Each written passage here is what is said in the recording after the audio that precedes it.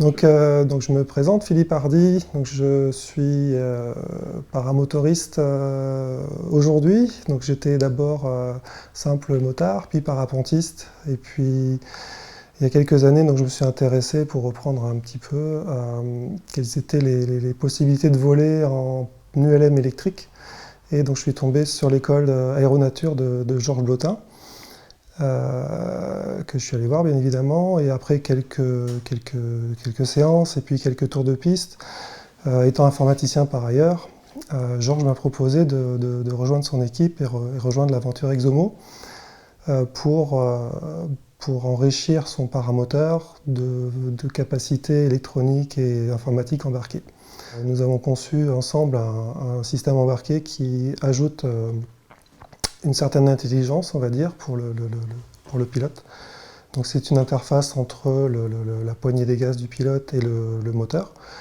Et bon, la première grande fonctionnalité vue d'utilisateur, c'est la possibilité de voler en palier. Donc c'est-à-dire qu'une fois qu'il a décollé, il appuie sur un petit bouton et le système se débrouille pour voler à altitude constante.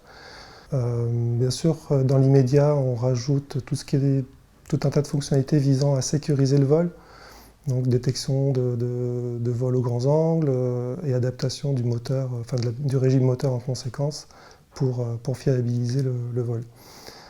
Bon, puis dans l'avenir, il y aura des visions tête haute, des choses comme ça. Si, dans l'immédiat et à très court terme, va être mise en service une application smartphone à destination du pilote de paramoteur qui lui permettra d'avoir un écran avec les données principales de son vol, pendant son vol, et puis au sol aussi, nous permettra de récupérer ces données. Donc le dispositif enregistre tout un tas de données statistiques qui ont été mesurées pendant le vol et qui nous permet, de faire de la maintenance proactive, d'améliorer nos systèmes, et aussi pour le pilote d'avoir des analyses objectif de ses vols, combien il a consommé d'énergie, combien son vol a duré. Donc depuis le début, l'objectif était de concevoir un produit qui fonctionne bien sûr, mais qui soit évolutif, sans devoir demander au possesseur de paramoteurs, donc qui en aurait déjà acheté un, de devoir revenir pour qu'on lui change des pièces. Donc le module électronique a été conçu de telle façon qu'il soit le plus complet possible, donc avec des capteurs, des accéléromètres, des baromètres, des choses comme ça, mais surtout communicant. C'est-à-dire que le module dialogue en Bluetooth avec un simple smartphone ou un ordinateur, et que l'on va, au fil du temps, mettre à jour simplement sur son plan logiciel, et donc permettre, donc aujourd'hui par exemple, le vol en palier autonome.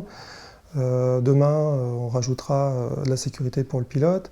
Après-demain, on rajoutera du référencement automatique de sites de posée, de décollage, pour peut-être proposer au pilote des endroits où il peut se poser en fonction de l'énergie qu'il a encore dans sa batterie, etc.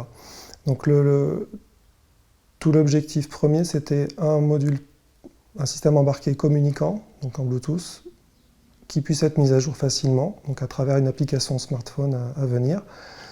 Donc l'objectif, c'est de faire un boîtier électronique pérenne dans le temps, qu'on n'ait pas besoin de modifier et de changer à chaque mise à jour, et qu'il n'y ait qu'une mise à jour logicielle qui permette au pilote de bénéficier des évolutions que l'on a pu faire ou que l'on va faire à court ou moyen terme.